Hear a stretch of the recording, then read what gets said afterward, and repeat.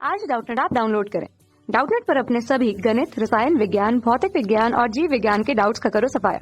बस प्रश्न की फोटो खींचो, एक ही प्रश्न को क्रॉप करो और तुरंत वीडियो सोल्यूशन पाओ।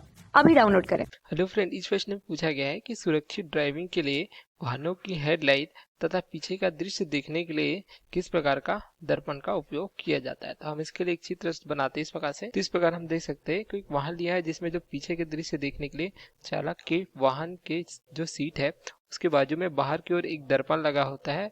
ठीक है, तो इसमें जो है जो पीछे के वस्तु है उसका जो है हमें प्रतिबिंब प्राप्त होता है।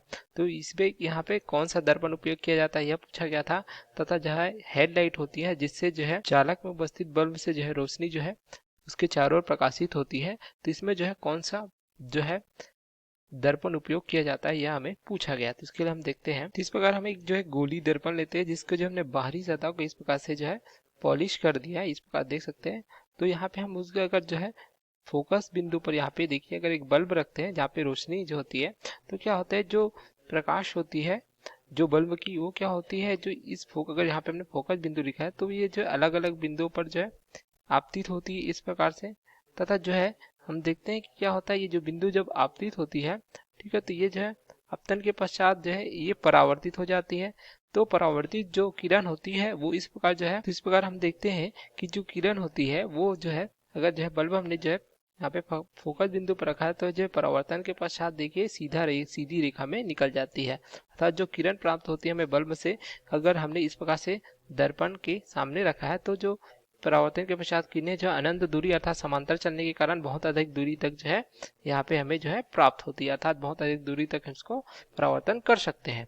तो इसीलिए हम देखिए इस दर्पण का उपयोग करते हैं। तो यह कौन सा दर्पण प्राप्त होता है? यह दर्पण प्राप्त होता है अवतल दर्पण। इसीलिए जो है हेडलाइट में हम किसका उपयोग करते हैं?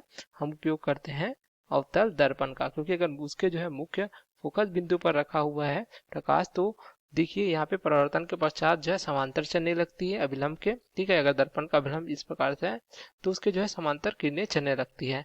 तो यह अधिक दूरी तक पहुंचती समांतर होने का अर्थात किसी बिंदु पर मिलती नहीं है, अर्थात अनंत दूरी तक यह चल सकती है, अर्थात बहुत अधिक दूरी तक चल सकती है जिसकी इतनी क्षमता होती है। ठीक है, तो इसलिए हम जो है अवतल दर्पण का उपयोग करते हैं हेडलाइट के लिए। किसके लिए?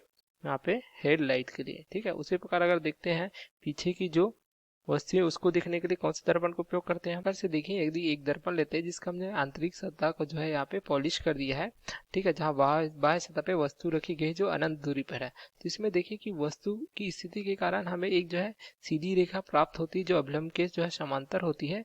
तो वो है दर्पण से टकराती इस प्रकार से।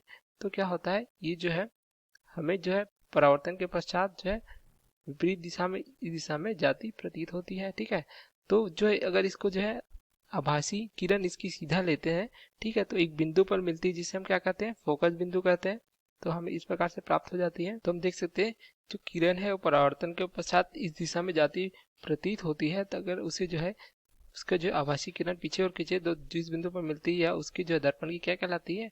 ये जो है फोकस कहलाती है। तो इस प्रकार से लेते हैं, फोकस पे मिलती हुई प्रतीत होती है। उसी प्रकार एक किरण जो है आपतित तथा परावर्तित एक दिशा में प्राप्त होती है। अगर हम उसको लेते हैं इस प्रकार से यदि हम लेते हैं तो यह बिंदु क्या होती है जो एक ही दिशा में जो है जाती तथा जो है आपतित अर्थात परावर्तित होती प्रतीत होती इस दिशा में तथा परावर्तन भी इसी दिशा में। तो इसको अगर हम आगे की ओर देखें तो ये दो बिंदु पे काटती है इस प्रकार से। ठीक है, जो आभासी होती है इस प्रकार से। तो दोनों बिंदु जहाँ पे मिलते हैं वहीं पे जो है वस्तु का प्रतिबिंब बनता है। इस प्रकार से हमें प्राप्त होता है। इस प्रकार से देख सकते हैं यहाँ पे दर्पण की सहायता से हमें जो है वस्तु जो बड़ा है जो अनंत दूरी पर उसका प्रतिबिंब हमें छोटा प्राप्त होता है। तथा जो देखिए दर्पण के पीछे है तो हम कह सकते हैं वस्तु का प्रतिबिंब जो है छोटा आभासी तथा क्या है देख सकते हैं सीधा प्राप्त हो रहा है। अर्थात हम जो है इस दर्पण की सहायता से अधिक दूरी पर स्थित वस्तु को आसानी से देख सकते हैं जो दर्पण लगा रहता है। देखिए पीछे का दृश्य देखने के लिए इस प्रकार से वाहनों में, ठीक है, इसकी सहायता से अधिक दूरी तक हम देख सकते हैं। तो इस प्रकार के दर्पण को क्या कहा जाता है? हमें पता है इस प्रकार के दर्पण को कहा जाता है तल दर्पण। ठीक है, तो पीछे का दृश्य देखने के लिए हम देख सकते हैं हम किस दर्पण का उपयोग करते हैं? उत्तल दर्पण का उपयोग करते हैं। यहाँ पे लिख सकते हैं उत्तर। तो इस प्रकार से हम देख सकते हैं हमें दोनों उत्तर प्राप्त हो जाते हैं। पहला पूछा गया था सुरक्षित ड्राइविंग के लिए वाहनों के हेडलाइट, तो हेडलाइट में देख सकते हैं हम उपयोग करते हैं अवतल दर्पण का जिसकी सहायता से अगर जिसके फोकस में अगर कोई जो है प्रकाश किरण रखी हुई है जिससे जो अगर यहाँ पे देखिए टकराने के बाद क्या अधिक दूरी तक फैल जाती है, अनंत दूरी तक, इसलिए हम जो है अवतल दर्पण का उपयोग करते हैं, अर्थात अधिक दूरी तक हमें प्रकाश प्राप्त होता है। उसी प्रकार देखिए जो पीछे का दृश्य देखने के लिए हम जो दर्पण उपयोग करते हैं उसमें जो है वस्तु जो है छोटा दिखाई देता है, आभासी तथा सीधा दिखाई देता है, अर्थात अधिक दूरियों के जो वस्तु उन्हें हम देखने के लिए जो है किस दर्पण का उपयोग करते हैं, उत्तल दर्पण का उपयोग करते हैं। तो ये हमारे क्या दो उत्तर हो जाएंगे, उत्तल दर्पण जो है पीछे के दृश्य देखने के लिए तथा हेडलाइट में अवतल दर्पण का उपयोग करते हैं। Okay, thank you. कक्षा 6 से 12वीं से लेकर नीट, IIT, JEE वो एडवांस के लेवल तक 1 करोड़ से ज्यादा छात्रों का भरोसा। आज ही डाउनलोड करें डाउटनेट ऐप या व्हाट्सएप करें अपने सारे डाउट्स 8400 400 400 पर।